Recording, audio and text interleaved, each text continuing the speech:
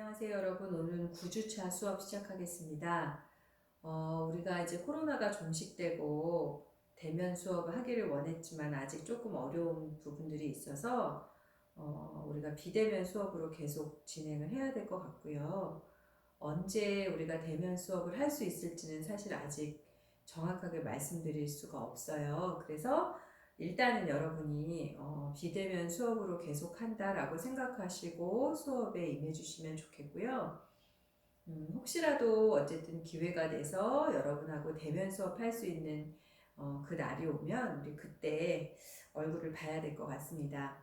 그렇지만 여러분이 또 언제든지 우리가 좀 필요해서 뭐 따로 질문을 해야 된다거나 얼굴을 좀 봤으면 좋겠다거나 하면 제가 실시간으로 줌이나 이런 것들을 활용해서 여러분하고 수업할 용의가 있으니까요. 언제든지 여러분이 얘기를 해주시고 그래서 수업이 잘 진행될 수 있도록 그렇게 했으면 좋겠다고 생각합니다. 자, 오늘 9주차 수업에서는 원래 8강 수업을 나가야지 맞는데요. 우리가 7주차 수업이 사실은 지난 근로자의 날 수업을 하는 주였기 때문에 제가 보강으로 여러분에게 따로 휴강 날짜를 그 보강을 잡기가 어려워서 또 교육부 지침상 그 공휴일에 대한 보강은 과제로 대체하는 것으로 방침을 정한 바가 있어서 제가 특별한 사유가 아닌 이상 그 방침대로 따르고자 해서 여러분에게 과제를 요청을 했었죠. 그러다 보니까 이제 7장 뒷부분을 제가 강의를 못했어요. 그래서 오늘 마저 그 7장 뒷부분을 조금 수업을 하고 그리고 그 다음 진도를 조금씩 밀리더라도 그렇게 진행을 하는 것으로 하겠습니다. 여러분 교재를 아직도 안 산 친구가 설마 있진 않겠죠? 자, 교재 184쪽부터 진도를 나가도록 하겠습니다. 7장은 우리가 이제 직접적인 사회복지 실천들이 어떻게 지역사회에서 이루어지고 있는지를 이제 공부하는 챕터인데요. 우리가 지역사회 복지, 사회복지 기관 중에 대표적인 곳 하면 바로 사회복지관을 들 수 있습니다. 그래서 오늘은 이제 그 사회복지관에 대한 내용들을 교재에 있는 부분들을 잠깐 살펴보고 또 여러분이 아마 과제 때문에라도 사회복지관에 대한 홈페이지들도 아마 검색해 봤을 것이고 또 사회복지관의 사업들에 대해서 한번 쭉 훑어보는 시간들을 가졌을 텐데요. 오늘 다시 한번 그걸 좀 정리하고 혹시 아직 과제를 준비하지 못한 친구들이 있다면 오늘 수업을 좀 듣고 나서 과제를 잘 준비할 수 있는 그런 밑거름이 됐으면 좋겠습니다. 자, 먼저 사회복지관에 대한 부분들을 좀 살펴보겠습니다. 자, 사회복지관은 지역사회 내에서 일정한 시설과 전문 인력을 갖추고 지역사회 인적 물적 자원을 동원해서 지역사회 문제를 해결하고 주민의 복지 욕구를 충족하기 위한 종합적인 사회복지 사업을 수행하는 사회복지 시설을 말합니다. 우리나라에서는 사회복지관이 100년 이미 넘는 역사를 갖고 있고요. 특별히 이제 지금 현재 우리나라의 사회복지관이 거의 490개 가까이 설치 운영되고 있어요. 자, 1970년대까지는 우리나라 사회복지관이 외국 기관들에 의해서 혹은 이제 민간 어떤 자선단체가 중심이 돼서 빈곤층이나 소외계층을 위한 치료적 사업에 중심을 두고 이루어져 왔고요. 1980년대 후반에 이르면서 우리나라 사회복지관이 상당히 많은 성장을 하게 됩니다. 이때 이제 우리나라의 80년대 후반에 올림픽이라고 하는 중대한 사업을 치르게 돼요. 이 올림픽이라는 사업을 치르게 되면서 제가 이전 시간에 한번 잠깐 말씀드렸던 것 같은데요.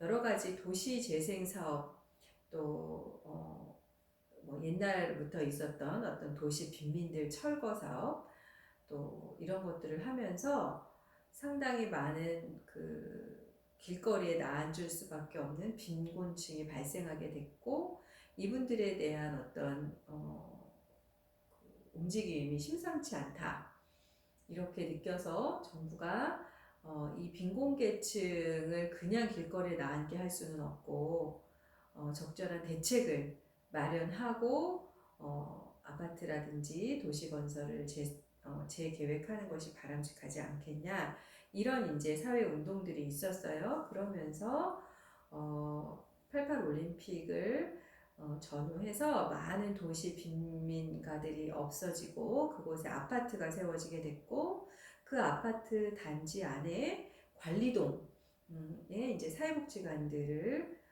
빈곤계층을 관리하기 위한 어떤 도구로 짓게 됩니다. 그러면서 우리나라가 이제 1980년대 후반에 상당히 많은 사회복지관이 양적으로 늘어나게 됐고, 이제 질적으로도 확대하는 시기가 됩니다. 그리고 90년대 이후에는 지역사회 다양한 복지 욕구가 증가하면서 지속적으로 이제 사회복지관이 많이 성장하게 됐고요. 그 다음에 이제 현재 여러분 교재는 2014년도 현재로 나와 있지만 2020년도 현재에 훨씬 더 많은 사회복지관이 있습니다. 이건 이따 제가 따로 이제 한국사회복지관협회 홈페이지에 들어가서 한번 살펴보도록 하겠습니다. 사회복지관은 설치 운영 주체에 따라서 지방자치단체가 직접 운영할 수도 있고요. 사회복지법인이나 기타 비영리법인이 설치 운영할 수도 있습니다. 우리나라 같은 경우는 거의 90한 7, 8%? 100%라고 말씀드리긴 어렵지만 490여 개 중에 최 5곳이 안 되는 곳만 지방자치단체의 직영시설이고요. 나머지는 다 사회복지법인이나 기타 비영리법인에서 위탁받아서 운영을 하고 있습니다. 그래서 사회복지관의 사업계획을 수립할 때는 지역사회 구성원들의 의견을 충분히 수렴해서 반영하는데 바로 그런 것들이 욕구조사라든지 이런 걸 통해서 운영을 하게 되어 있습니다. 자, 사회복지관의 운영 원칙을 좀 살펴보겠습니다. 사회복지관의 운영 원칙은 8가지가 있는데요. 첫 번째가 지역성의 원칙, 두 번째 전문성의 원칙, 세 번째 책임성의 원칙, 네 번째 자율성의 원칙, 다섯 번째 통합성의 원칙, 여섯 번째 자원 활용의 원칙, 일곱 번째 중립성의 원칙, 여덟 번째 투명성의 원칙, 이런 것들이 있습니다. 이걸 이제 하나하나 제가 다 짚고 넘어가진 않을 거고요. 여러분이 쭉 살펴보시면 될 것 같아요. 특별히 여기서 이제 여러분이 조금 더 우리가 좀 고민해야 되는 부분 중에 하나가 그 중립성의 원칙, 일곱 번째 있는 중립성의 원칙이라는 게 있죠. 이건 무슨 얘기냐면 우리나라가 많은 사회복지기관들을 아까 말씀드린 것처럼 사회복지법인이라든지 비영리법인들이 운영을 하다 보니까 종교법인에서 운영하는 경우들이 상당수 존재합니다. 그러다 보니 특정 종교 활동의 어떤 그 확대, 발전, 성장, 이것을 위한 도구로 사회복지관을 운영하는 경우들이 있다 보니까 이 종교의 중립성을 지키지 못해서 민원이 발생하는 경우들이 상당히 있어요. 실제로 많이 있어요. 근데 원칙적으로는 운영 주체가 종교적인 성격을 띠었다 할지라도 종교에 있어서는 중립성을 지켜야 됩니다. 다시 말하면 직원을 뽑는다든지 이용자들하고 프로그램을 진행한다든지 할 때 종교적인 색깔을 드러내는 것을 원칙적으로는 금지하고 있습니다. 뿐만 아니라 이제 정치적인 중립성도 지켜야 되는 것으로 원칙을 삼고 있는데, 이 역시도 사실은 잘 지켜지지 못할 뿐만 아니라 지금 현장에서는 사회복지기관들이 정치적 중립성을 지키는 것이 과연 바람직하냐라는 논의들도 사실은 되고 있어요. 왜냐하면 사회복지사들의 정치적인 어떤 성향들을 어떤 대변하기 위해서라기보다는 사회복지기관이 또 어떤 사람들의 이야기나 욕구를 잘 반영해서 정책적으로 그것을 건의하고 수립하는 데 기여해야 되는데, 그러다 보면 정치적인 것을 활용할 수밖에 없는 그런 현실적인 문제들이 있습니다. 그래서 이 중립성의 원칙에서 정치 중립성의 원칙 역시 사회복지사들의 어떤 정치적 힘, 이런 것들도 필요하지 않느냐, 이런 이야기들이 요즘은 대두되고 있어서 요 일곱 번째 중립성의 원칙은 상당히 어렵기도 하고 계속해서 고민이 되고 있는 원칙 중에 하나라고 할 수 있습니다. 나머지 원칙들은 여러분들이 쭉 읽어보시면 교재를 읽어보시면 무슨 내용이신지 아실 거예요.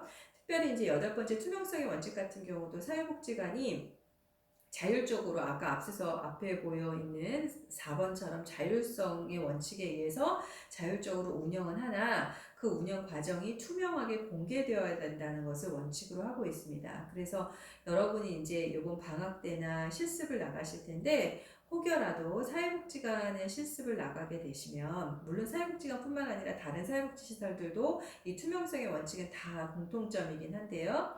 예를 들어서 그 기간에 예산을 좀 보고 싶습니다 라고 실습생인 여러분이 말씀을 드렸을 때 예산은 뭐 실습생에게 보여주는 거가 아니에요. 만약에 이렇게 얘기한다면 그건 잘못된 거예요. 예산은 다 투명하게 공개하는 것을 원칙으로 하고 있습니다.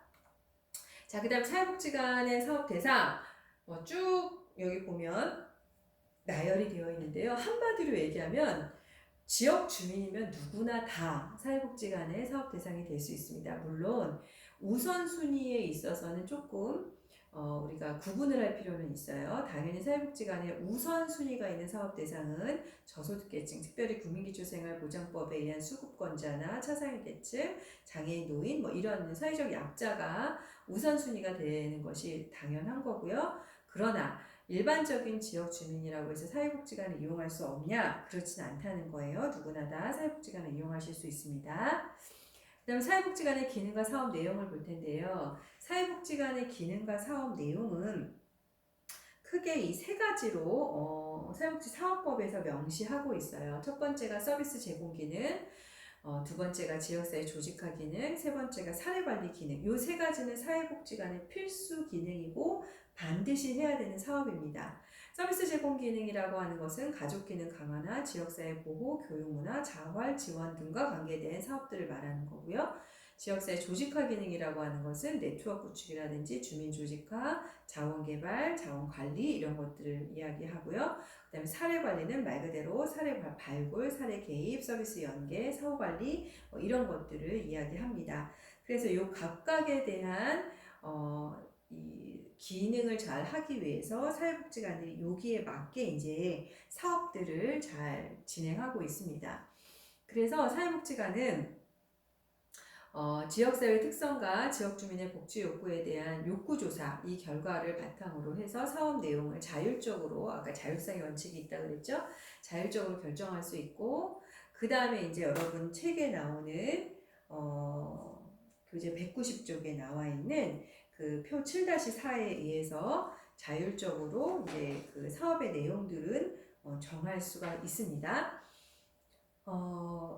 그리고 2004년도부터는 예전에는 인구 대상별로 예를 들면 아동 복지, 청소년 복지, 노인 복지 이런 식으로 대상별로 사업을 구분했는데 이것이 이제 지금은 기능별로 사업이 바뀌어져 있다는 특성이 있습니다.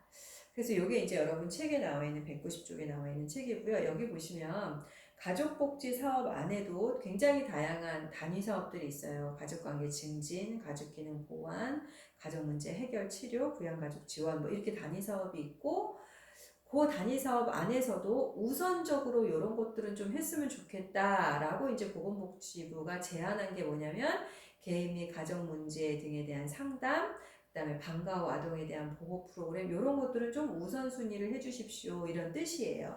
그래서 여기 보면 사회복지관의 기능하면 기능과 사업 내용 하면은 요 5가지 영역 가족복지사업, 지역사회 보호사업, 지역사회 조직사업, 교육문화사업, 자활사업 이렇게 이제 5가지 분야별 사업으로 나뉘어져 있고요. 특별히 이 5가지 사업 중에서 앞에 있는 3가지 가족복지사업과 지역사회 보호사업, 지역사회 조직사업 이 3가지 영역을 가지고 보건복지부에서 3년에 한 번 실시하는 사회복지관 평가에서 이 사업들을 어떻게 하고 있는가를 평가받게 되어 있습니다.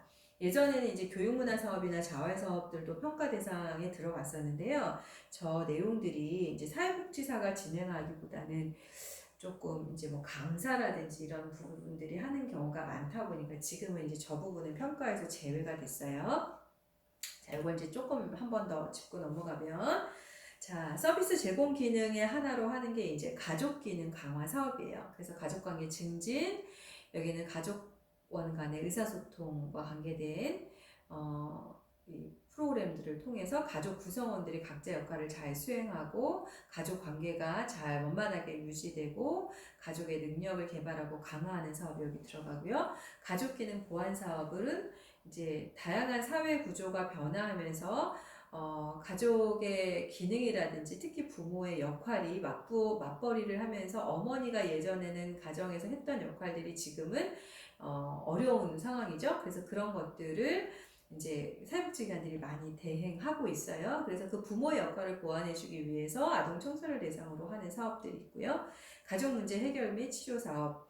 그래서 가족에 어떤 특정한 문제가 생겼을 때 진단하고 치료하고 사회 복귀까지 도와주는 사업들이 있고, 부양가족을 지원하는 사업들, 이런 사업들을 가족기능 강화 사업에서 하고 있습니다. 그 다음 두 번째 지역사회 보호 사업을 하고 있는 게 급식 서비스, 보건의료 서비스, 경제적 지원 서비스, 그 다음에 일상생활 지원 서비스. 그래서 독립적인 생활 능력이 떨어지는 노인이나 장애인분들에게 일정 정도 이분들이 기초적인 일상생활을 할 수 있도록 도와드리는 사업이고요. 그 다음에 정서 지원 서비스, 주로 독거노인이나 소년소녀 가정처럼 부양가족이 없는 이 대상자들을 위한 정서적인 지원 사업을 말합니다. 그 다음에 일시보호 서비스, 그래서 독립적인 생활이 불가능한 노인이나 장애인 또는 일시적인 보호가 필요한 실직자나 노숙자 이런 분들을 위한 보호 사업이 여기에 해당되고, 그 다음에 재가복지봉사 서비스가 여기 포함이 됩니다. 그 다음에 이제 교육문화 사업으로 아동 청소년 기능교육, 뭐 성인 기능교육, 노인 여가 문화 사업, 문화복지 사업, 이제 이런 것들이 있고요. 그 다음에 이제 여러분들이 아마 혹시라도 복지관들을 경험해 보셨다면 아시겠지만, 복지관의 규모가 클수록, 그러니까 시설의 규모가 클수록 교육문화 사업들을 활발하게 할 수 있는 여건이 되지만, 복지관의 규모가 작을수록 교육문화 사업을 할 수 있는 시설적인 여건은 좀 어려운 상황이에요. 그래서 앞서 본 가족기능 사업이나 지역사회 보호사업, 뭐 자활사업 이런 것들은 활발하게 할 수 있지만, 이 교육문화 사업은 좀 규모가 큰 사회복지기관들에서 주로 많이 하고 있고, 일반 주민, 저소득 주민보다는 일반 주민이 많이 살고 있는 지역사회에서 활발하게 하고 있는 사업 중에 하나입니다. 그 다음 네 번째가 자활지원 등 기타 사업. 그래서 직업기능훈련이나 취업알선, 직업능력개발, 그 밖에 특화사업 이런 것들이 있는데요. 이 자활지원 사업 같은 경우도 지역 자활센터가 하는 사업과 사실 동일하게 중복되는 부분들이 있어요. 그래서 지역 자활센터가 만들어지기 전에는 사회복지관이 이 역할을 많이 했지만, 지금은 지역 자활센터에서 이 역할을 거의 대부분 하고 있고, 지역 자활센터가 인근에 없거나 혹은 지역 자활센터에서 그 수요를 다 감당하기 어려운 곳에 한해서 사회복지관들이 이 자활지원 사업도 하고 있습니다. 그 다음에 이제 다섯 번째 지역사회 조직 기능이 있는데요. 이 지역사회 조직 기능 사업에는 복지 네트워크 구축, 요거는 이제 지역 내 다양한 복지 기관이나 시설들이 서로 네트워크를 해서 서로의 효율성을 좀 높이고 정보도 교류하고 뭐 이런 사업들이고요. 주로 사회복지관이 그 중심 역할을 해서 지역사회 연계사업이나 욕구조사, 실습지도 이런 것들을 하고 있습니다. 그 다음에 이제 주민 조직화. 요거는 이제 주민이 지역사회 문제에 스스로 참여하고 공동체 의식을 갖도록 주민 조직의 육성을 지원하고, 또 이러한 주민 협력 강화에 필요한 주민 의식을 높이기 위한 교육을 실시하는 사업을 말하는데, 여기 주민복지 증진 사업, 주민 조직화 사업, 주민 교육 등이 있고요. 그 다음에 이제 자원 개발 및 관리 사업. 그 대표적인 자원 개발이 이제 자원봉사자나 후원자와 관련된 사업들이에요. 이런 것들을 하고 있습니다. 그 다음에 이제 사례관리 기능을 좀 볼까요? 자, 사례관리 기능은 먼저 사례 발굴, 지역사회에 필요한 대상자나 위기 대상자가 있는지를 발굴해야 돼요. 사실은 사회복지기관에 클라이언트들이 뭐 자기 발로 찾아올 거로 생각하시면 안 되고요. 당연히 우리가 나가서 필요한 대상자를 찾으셔야 됩니다. 그러려면 이제 여러분이 발로 많이 뛰셔야 되는 부분들이 있겠죠?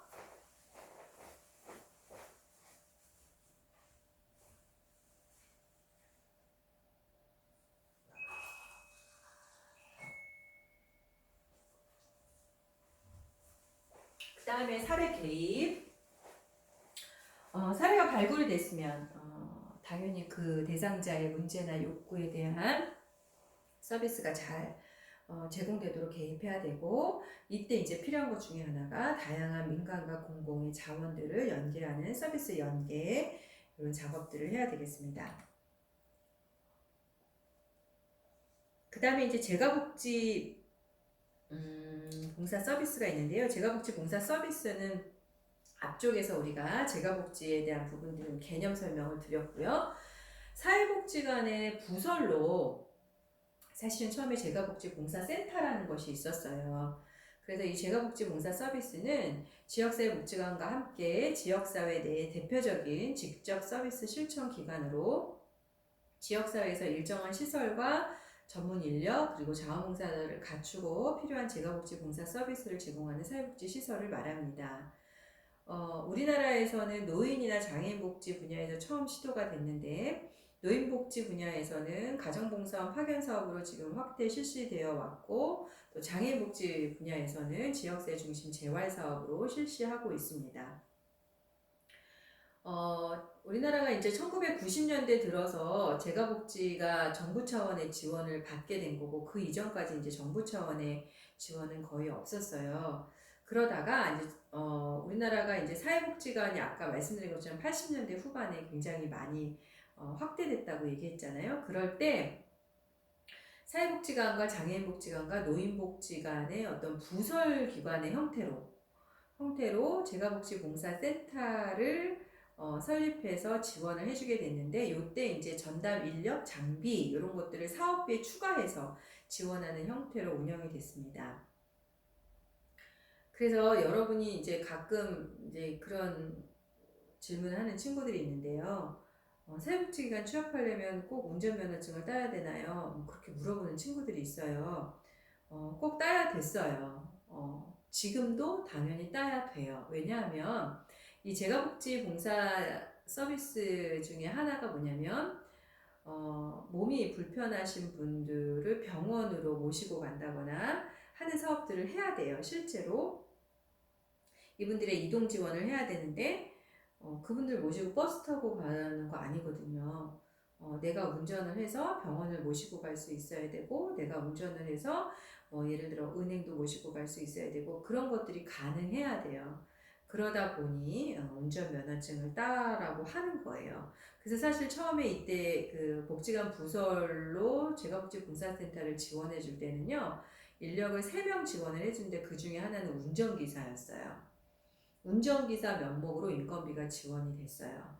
근데 사실 사회복지관에서 사회복지사 1명을 더 채용해도 아쉬운 판에 운전기사를 별도로 채용하는 경우는 거의 없었고요.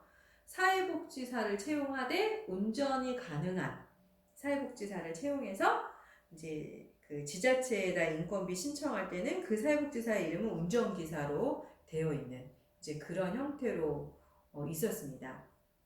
어찌됐든 그래서 이제 그렇게 진행이 되던 것이, 최근에는 이제 이 복지관 부설로 있던 재가복지봉사센터가 복지관하고 통합돼서 부설 기관이 아니라 그냥 하나의 서비스 사업으로 그렇게 바뀌어져 있는 상태입니다. 자, 우리나라 재가복지의 특성은 서비스 실천이 주로 민간 사회복지관 등에서 이루어지고 있다는 것, 그 다음에 서비스 실천의 주체가 주로 자원봉사자분들이시라는 것, 그 다음에 서비스 실천의 대상은 가족 기능이 취약한 재가 노인이나 장애인, 아동 이런 분들이 주로 실천의 대상이 되고 있다는 것입니다. 재가복지 봉사 서비스의 특성을 좀 살펴보면, 재가복지 봉사 서비스라는 개념은 실천의 현장, 실천의 주체, 실천의 객체, 또 실천의 대상, 이 4가지 중요한 요소를 가지고 있어요. 현장은 당연히 재가니까 뭐겠어요? 재가복지 봉사 서비스를 제공하는 실천의 중심 또는 장, 이걸 이야기하는 거겠죠? 그 다음에 실천의 주체 하면은 전문 인력과 자원봉사자를 말하는 거고요. 그 다음에 실천의 현장은, 그래서 아까 실천의 중심 또는 장, 이건 주로 집이에요. 재가니까 그 클라이언트가 살고 있는 집을 이야기해요. 실천의 객체 또는 내용은 재가에서 이루어지는 다양한 사회 서비스로서 가사, 간병, 정서, 의료, 결연 이런 것들이 다 포함되고요. 그 다음에 대상은 아까 말한 것처럼 저소득 소외계층, 또 국가유공자 뭐 이런 분들 다 들어갑니다. 우리나라의 재가복지봉사 서비스는 재가복지 실천의 핵심적인 현장의 역할을 수행하고 있고 공공행정기관, 민간복지기관, 자원봉사자, 보호대상자와 밀접한 연계 체계를 구성하고 있습니다. 자, 그러면 이제 재가복지봉사 서비스의 기능과 역할을 좀 살펴보겠습니다. 재가복지봉사 서비스의 기능과 역할 6가지가 있는데요. 첫 번째는 조사 진단의 역할, 두 번째 서비스 제공의 역할, 세 번째 지역사회 자원 동원과 활용의 역할, 네 번째 사업 평가의 역할, 다섯 번째 교육기관의 역할, 여섯 번째 지역사회 연대의식 고취의 역할, 이런 것들이 이제 재가복지봉사 서비스에서 수행해야 되는 기본적인 기능과 역할이라고 할 수 있어요. 이거 이제 여러분들이 쭉 읽어보면 무슨 말인지 다 알 것 같으니까 넘어갈게요. 재가복지봉사 서비스의 기본 원칙 하면 4가지를 들고 있습니다. 첫 번째 적극성. 아까 말한 것처럼 재가복지봉사 서비스의 주 대상자가 노인이나 장애인이나 이런 분들이기 때문에 대상자가 오기를 기다리는 게 아니라 적극적으로 사육사가 발굴을 해야 된다는 뜻이에요. 두 번째, 능률성의 원칙. 이거는 돈을 가장 적게 들여서 가장 큰 효과를 얻어내는 방법으로 사업을 해야 된다. 이 말이고요. 세 번째, 연계성의 원칙은 다양한 사회복지 서비스에 대해서 그 사회복지 기관이 혼자 다 책임질 수는 없어요. 그래서 다양한 사회복지 기관이나 단체나 자원봉사자나 이런 분들과 연계해서 서로 의뢰하고 자원을 끌어들이고 하면서 일을 해야 된다. 이런 뜻이고요. 네 번째, 자립성의 원칙은 대상자가 어찌됐든 신체적, 정신적, 사회적으로 자립할 수 있는데 초점을 두고 개입해야 된다. 이 원칙을 이야기하는 것입니다.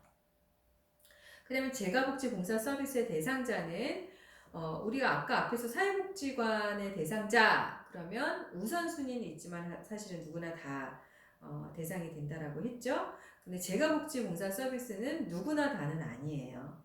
말 그대로 가정 집에서 본인이 살고 있는 집에서 서비스를 받을 필요가 있다라고 인정되는 요구 대상자들이 주 대상이 됩니다. 그래서 국민기초생활보장 수급권자나 기타 저소득 가정으로서 재가복지봉사 서비스가 필요하다고 인정되는 무위탁 국가유공자나 유족, 그 다음에 미인가시설에 수용되어 있는 장애인, 여성, 아동, 노인 이런 분들, 그 다음에 이제 재가복지봉사 서비스를 필요로 하는 지역 주민인데 이때도 그냥 지역 주민이 우리 집에 와서 뭐 해주세요 이런다고 되는 건 아니고요. 그분이 그 대상이 맞는지 잘 판단해서 도움이 필요하다 하는 분이면 이제 재가복지봉사 서비스의 대상이 될 수 있습니다.